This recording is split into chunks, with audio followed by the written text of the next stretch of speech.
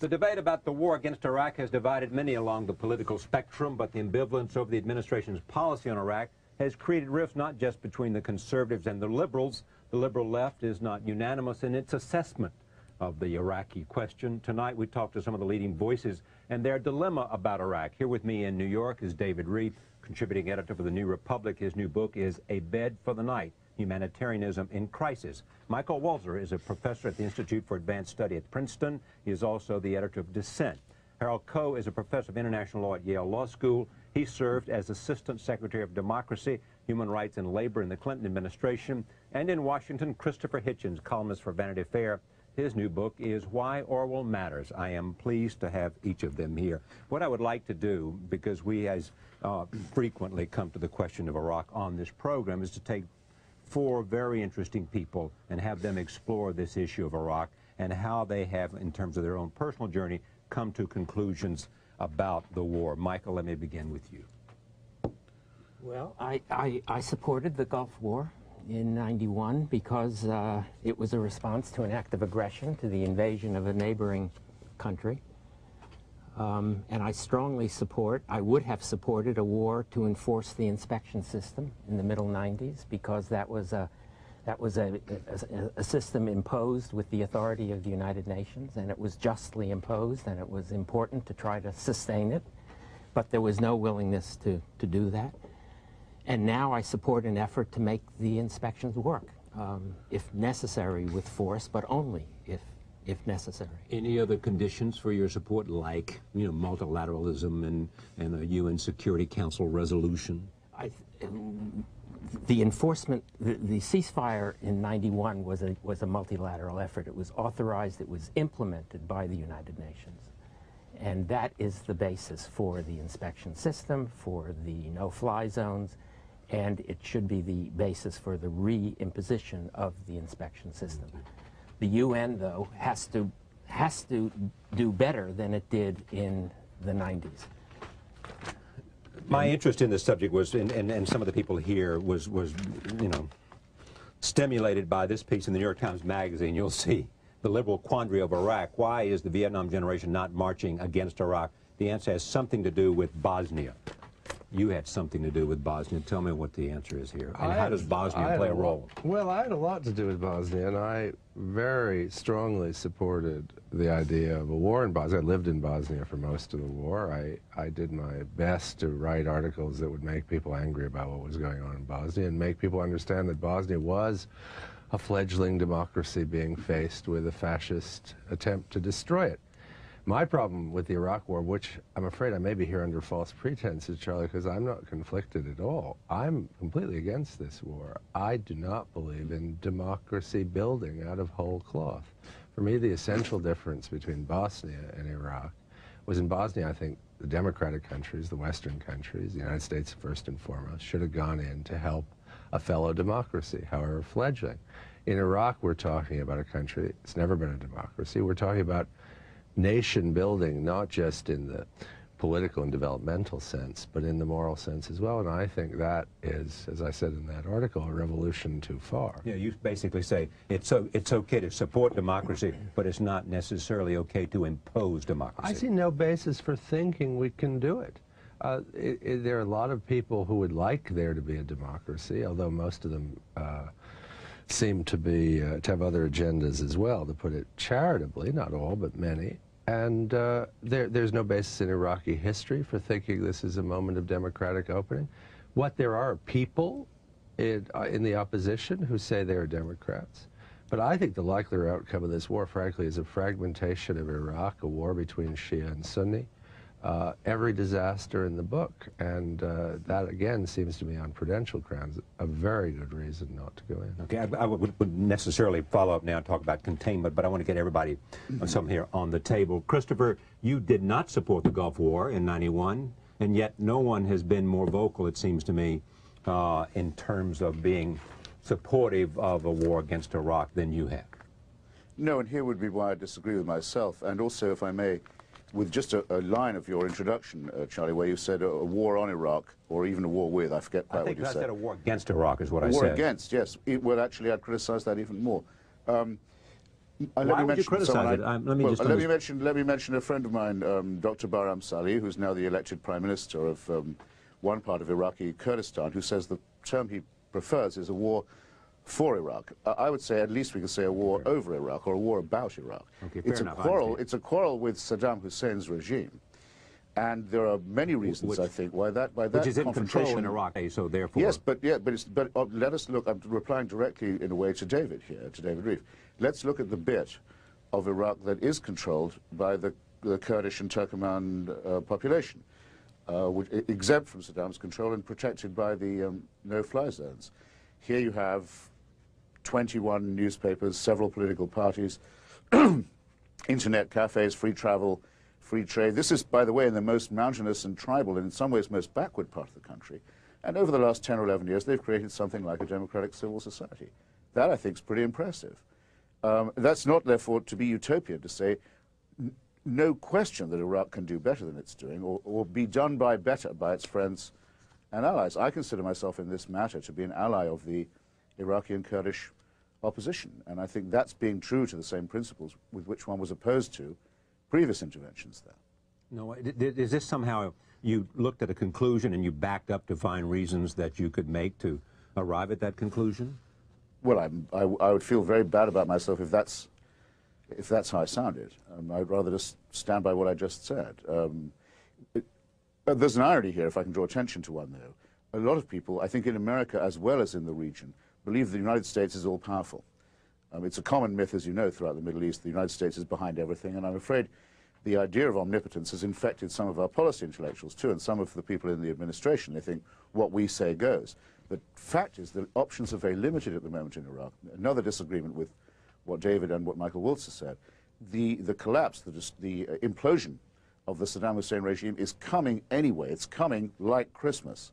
We're going very soon to be faced, whatever we do, with all the ghastly consequences of a post-Saddam Iraq, which will include, indeed, Sunni-Shia rivalry, other regional rivalries, the possible intervention of neighboring countries, revenge killing, innumerable unpleasant possibilities. But they do include also the possibility I just mentioned, that of a more democratic and pluralist Iraq, as exemplified in the areas that are not run by Saddam Hussein. So knowing that we're going to have to decide on a post-Saddam Iraq anyway, what are the alternatives? Are we in fact already at war or not? I would say there's merely a truce at the moment in what's been a very long quarrel with the Saddam Hussein regime. It would be far better to have a public and democratic argument about how best to condition the post-Saddam situation. And in my view, the best way to do that is to say we are firmly on the side of his foes and his enemies, and we want for Iraq what they want. And that supplies a standard by which the administration can be judged if for any reason it doesn't live up to it. Right. So it means the critique can go on even if the intervention is, in the military sense, successful. Harold. Well, I think everyone here would look forward to a post-Saddam democratic Iraq. The question is this the best way to get us there? I think we have to lay the war against Iraq on top of the war against terrorism, and that raises 3 points. First, the real possibility that the war against Iraq will divert us from the battle against al-Qaeda, which I think is the one that's really threatening and frightful to people in America. A second point is by President Bush saying, if you're not with us, you're with the terrorists, suggests that if you don't favor a war against Iraq, you must somehow be willing to accept a status quo in which there may be another attack on the United States. In fact, as I think Michael has pointed out, there's a third way, which is you could favor disarming Iraq without attack. And third, I think the point which David has made, democracy building is hard, and particularly democracy building post-conflict. The fact of the matter is that December 5th, 2002 was the first anniversary of the Bonn Agreement following the attack on Afghanistan. And the fact of the matter is Afghanistan is so far from a democratic situation that it makes you have serious doubts as to where we would be a year from now, even if we had a completely successful military campaign against Iraq. So, what don't you like about the new Afghanistan? Well, what don't you like about the new Afghanistan, Christopher? It's very simple. The United States has blocked almost every effort at serious development, at serious peacekeeping. It's the U.S. command that prevented the spreading out of the UN-commanded ISAF forces. Surely one has some right in this matter, when you talk about a democratic Iraq, yes, to look at the record of the United States in post-conflict situations. By all means, but you'd be making the case, then you would surely therefore be making the case, in fact you just were, for more intervention or better intervention rather than less. Come on, listen to your own argument. No. The fact is the population of Afghanistan's gone up by 1.5 million of its citizens who want to come back. Don't forget the 4 million Iraqis forced to live outside their country who also have the right of return, and the condition of at least 50% of the population, those of the feminine gender, is obviously improved. It's no longer the headquarters of a lethal conspiracy. That's not bad for a year's going. I don't disagree with Christopher that if you're going to do intervention, you need to do more. The fact of the matter is that Iraq is a place that needs more of our resources than it has now, and we're about to take on a major new challenge. And I think we all tell. Wait, I'm sorry. I think you meant to say Afghanistan, didn't you? Afghanistan is a place that needs more of our resources. Yeah. We all tell our children, you know, finish your old job right before you take on something new and more difficult. And I think the fact of the matter is that Afghanistan is desperately insecure. Kabul is in a place where there are very few peacekeepers. Warlords and drug lords patrol much of the rest of the country. We have not made serious commitments with regard to democracy building. We're years away from free and fair elections. And if that's the situation there, what will be the situation in Iraq in a year from now? Let me just ask this. Go ahead, Michael, and then I'll come back. We would have to do, the one successful example is Germany after World War II. We would have to conquer Iraq entirely. We would have to occupy it for years. We would have to rebuild it with massive, massive investment. And all that was done by a much better government, a government in the United States, much more committed to democracy in Europe than we have now, a government that doesn't seem to be really committed to democracy in Afghanistan, and only rhetorically, I think, to democracy in Iraq. That all sounds like hard-headed and realistic and practical, but in fact it's extraordinarily utopian. I mean, do you not agree with me that the implosion of the Saddam Hussein regime is coming?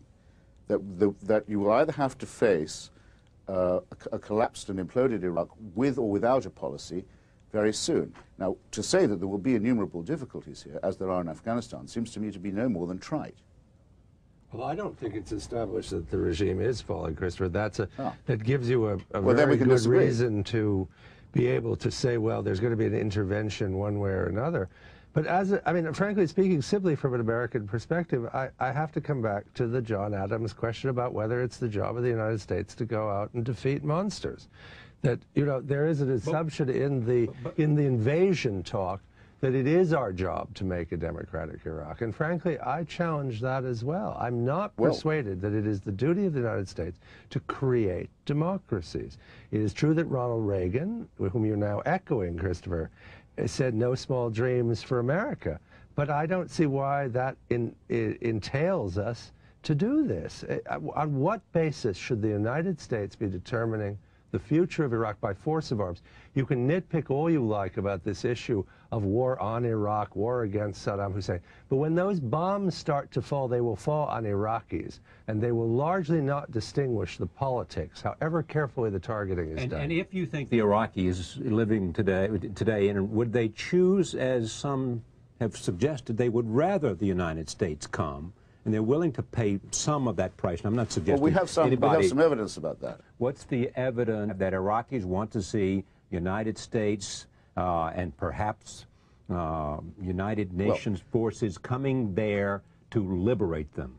I'm saying that in the only place where opinion can be tested without fear or without coercion, it's practically unanimous. I wouldn't presume to speak for the citizens of Baghdad, and I actually don't think probably David Reif should do so either. But we know that there's a very large Shia slum belt population around Baghdad, where Saddam City, it's called rather insultingly, where such opinion as has been tested seems very hostile to the regime. As I said earlier, there are 4 million Iraqis forced to live outside their country. We have a very good idea of what they think. I believe they have the right of return, by the way. There's a very, very strong indication that a regime, furthermore, that insists on 100% turnout and 100% vote isn't very sure of its popular base. Okay, but there is an obvious point that you well know, which is that on the one hand, you can wish a regime would be overthrown. Another is to wish that somebody would come and bomb your homeland in order to overthrow the regime. Those are two very different points. No, but these people say they wish that a regime change would come, and they believe it can only be conditioned from outside.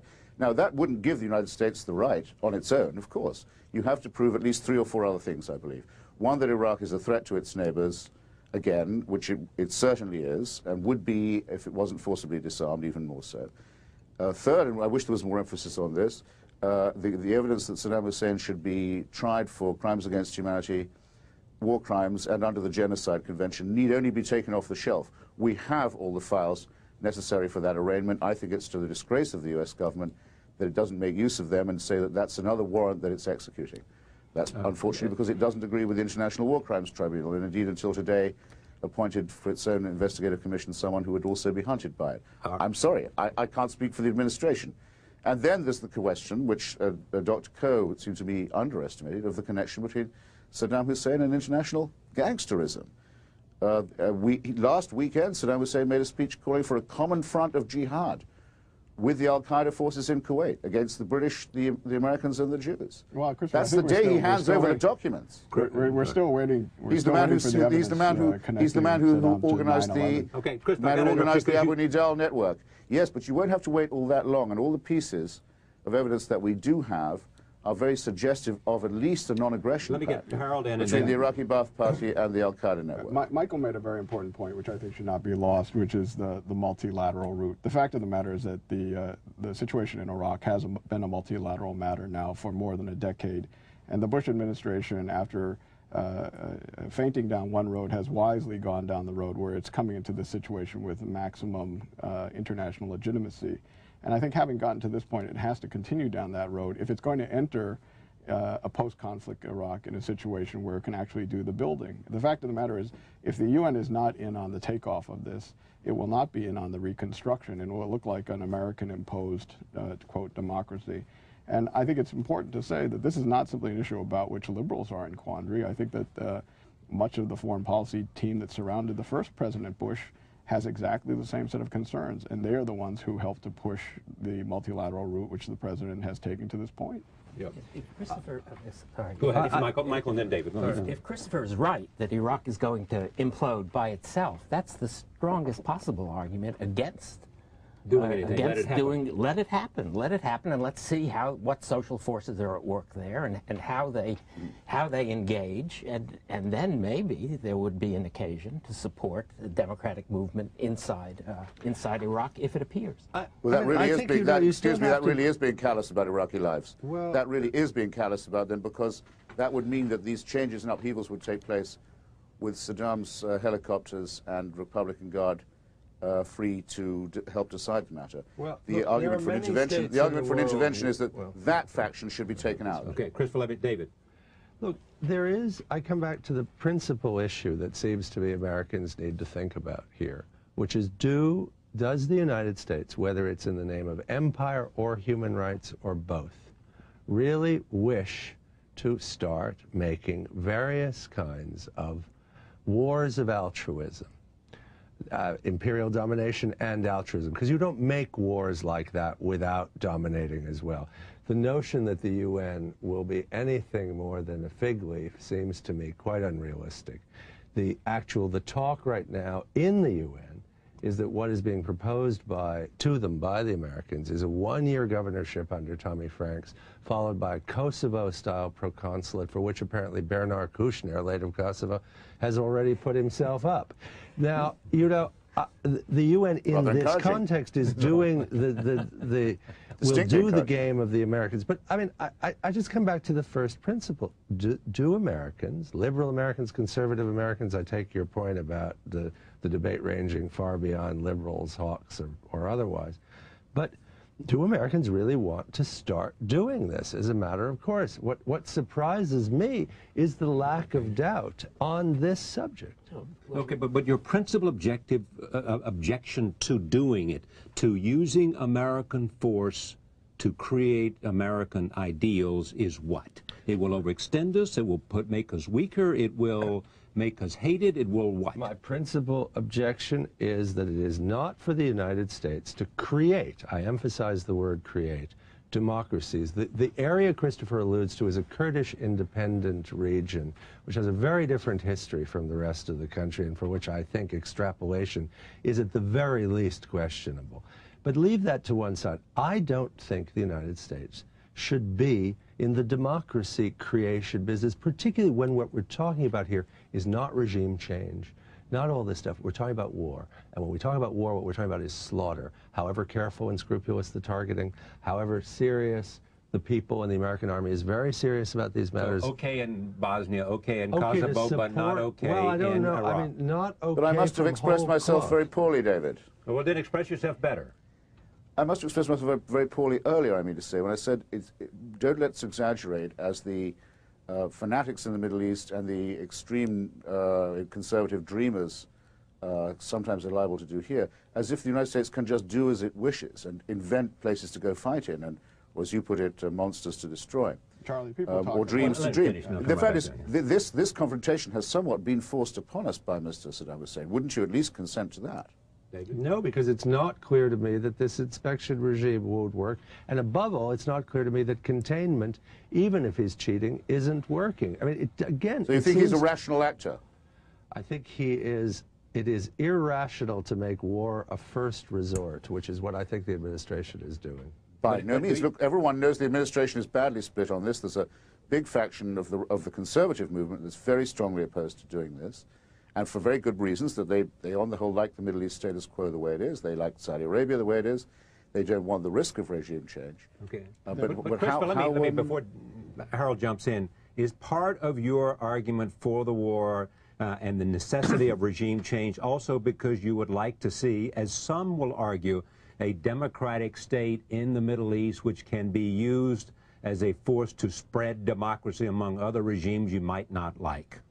I certainly think, and I've continued to take the example of my own solidarity with the example of the Iraqi National Congress and particularly the Patriotic Union of Kurdistan. But we can't know that their victory is predetermined. Of course, we can't say, by the way, if you take my line, Iraq will become democratic. We can say it has a much better chance to do so, and its own citizens will have a say. But the crucial question, it seems to me, is that Saddam Hussein has refused every possibility, every chance of saving us from this confrontation. And is no longer, if he ever was, a rational or credible or deterrable person. He's quite clearly a wigged-out, sadistic megalomaniac.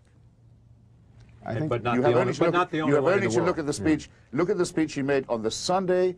His poor, intimidated, crushed officials hand over this pathetic set of documents to the UN inspectors. The leader then makes a speech saying what we want is a common front of jihad with the jihadists Harold. against the British, the Jews, and the Americans. Harold. This is a suicidal despot. America is the world's most powerful nation, and its power will be used, and it has to be used.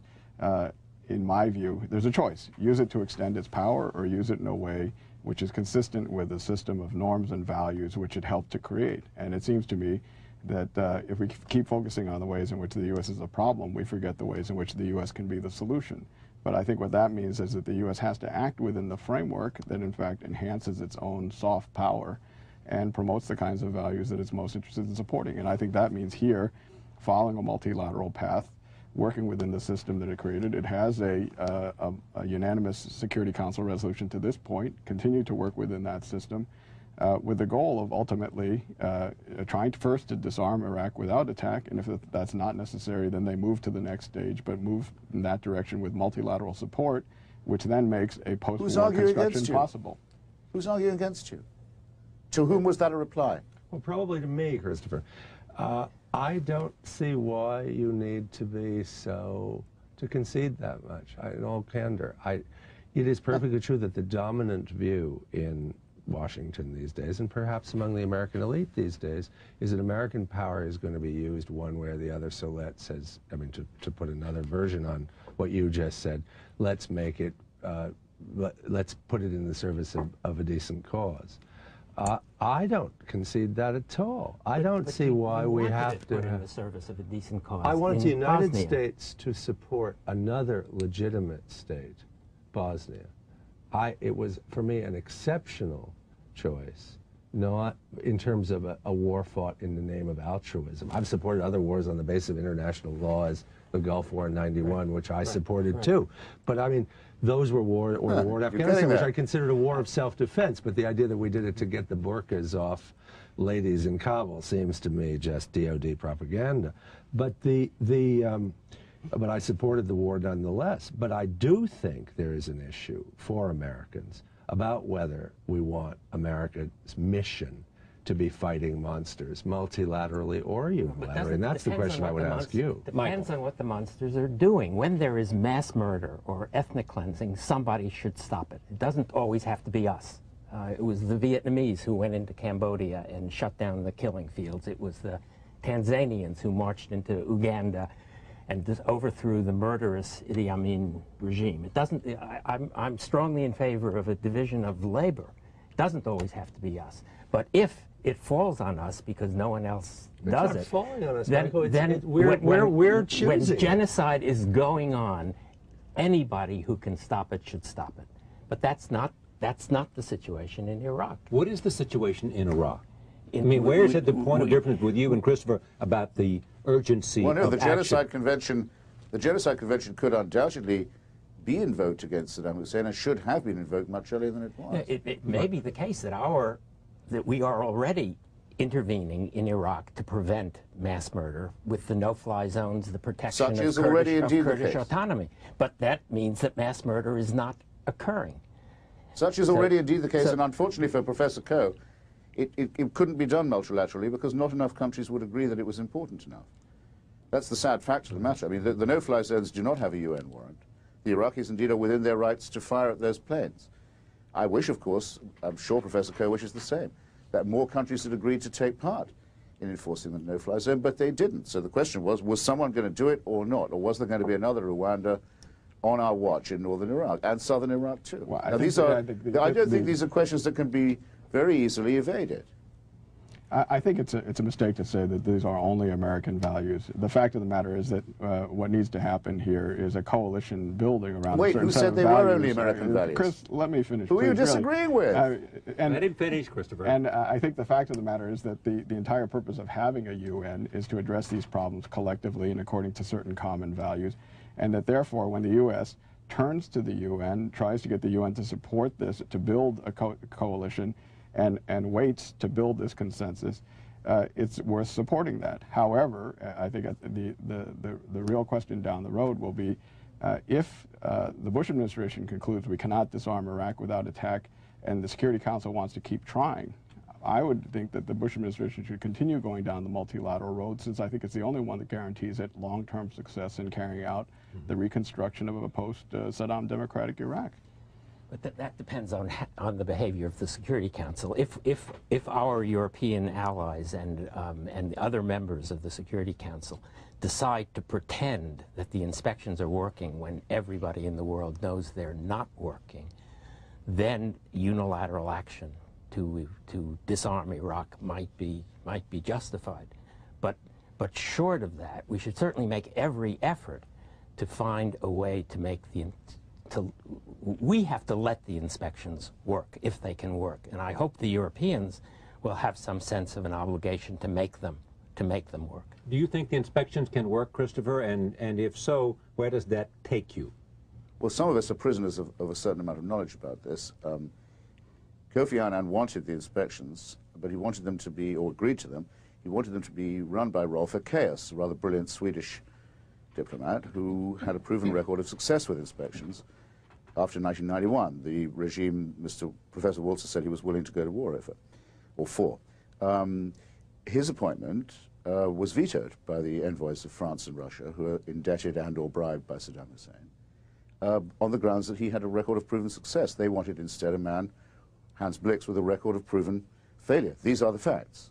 Mr. Blix certified Iraq twice in the 80s and 90s. He's certified North Korea if it comes to that. He's put in by Saddam Hussein's clientele. This platonic talk about let inspections work seems to me to be so much piffle. They're not designed to work. If you're sincere about inspections, you have to be the government of Iraq in order to certify what you've got. So much must be clear.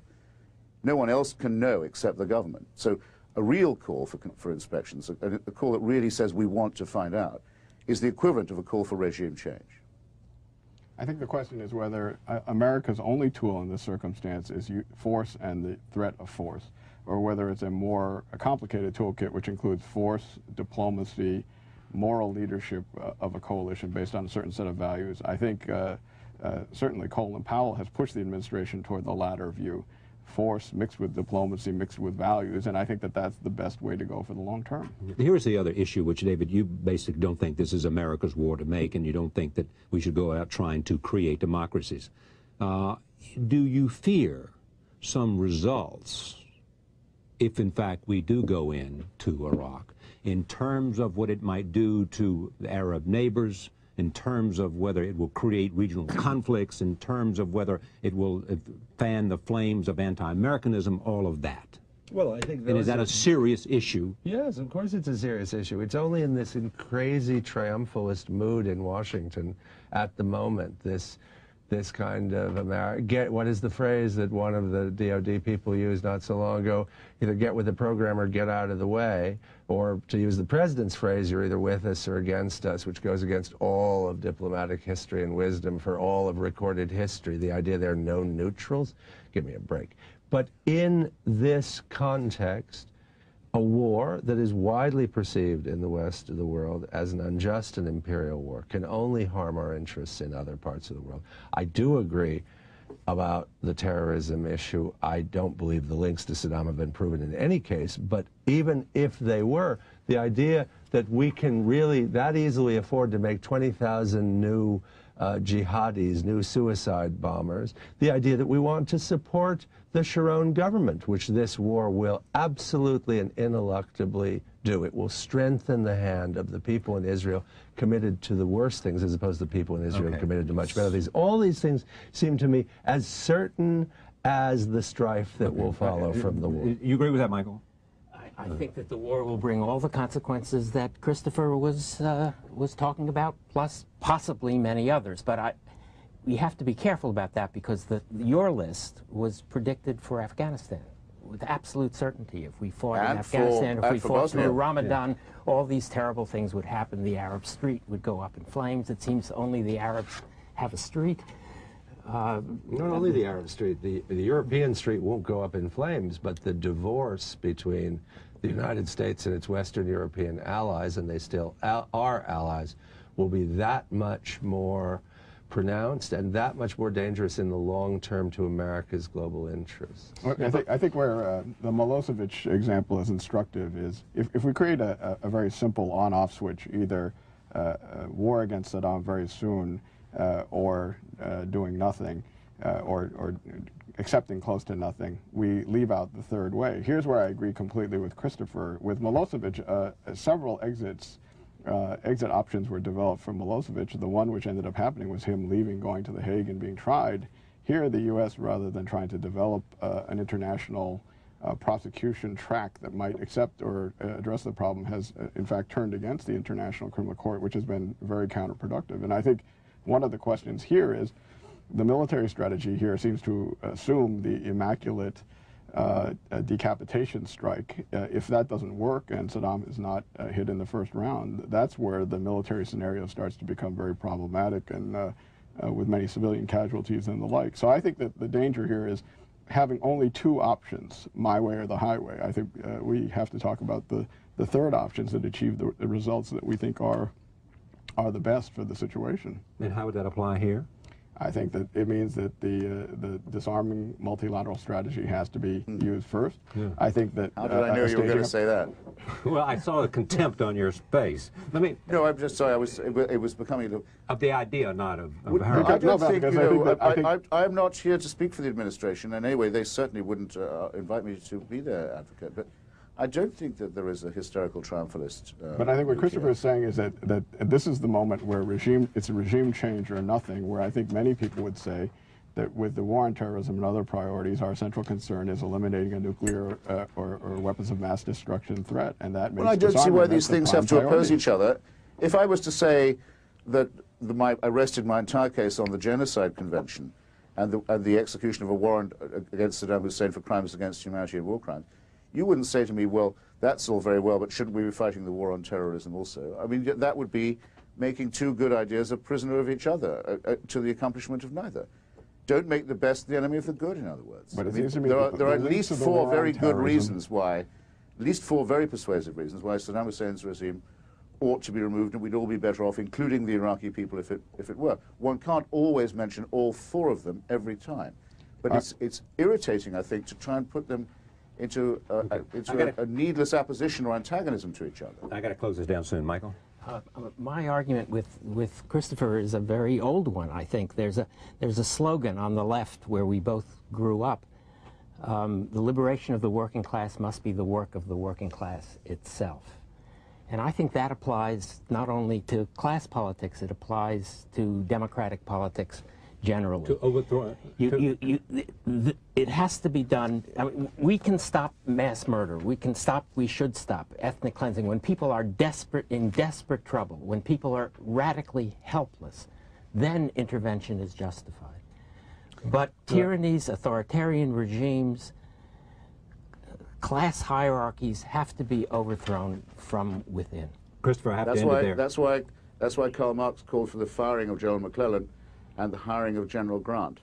He thought that these good causes might need a bit of muscle behind them. It's true.